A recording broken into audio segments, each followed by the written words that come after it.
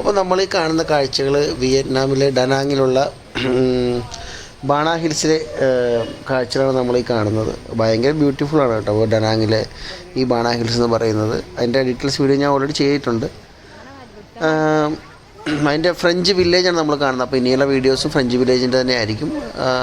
ഒരുപാട് കാഴ്ചകൾ, അതായത് ഫ്രഞ്ച് വില്ലേജ് എന്ന് പറയുന്ന സ്ഥലം നമുക്ക് ഏകദേശം ഒരു ദിവസം കൊണ്ട് നമുക്ക് കുറച്ച് അവേഴ്സ് മാത്രമേ ശരിക്കും ബാണ ഹിൽസിൽ വന്നു കഴിഞ്ഞാൽ നമുക്ക് കിട്ടുന്നുള്ളൂ. ഇവിടെയും സ്റ്റേകളുണ്ട് ഒരുപാട്.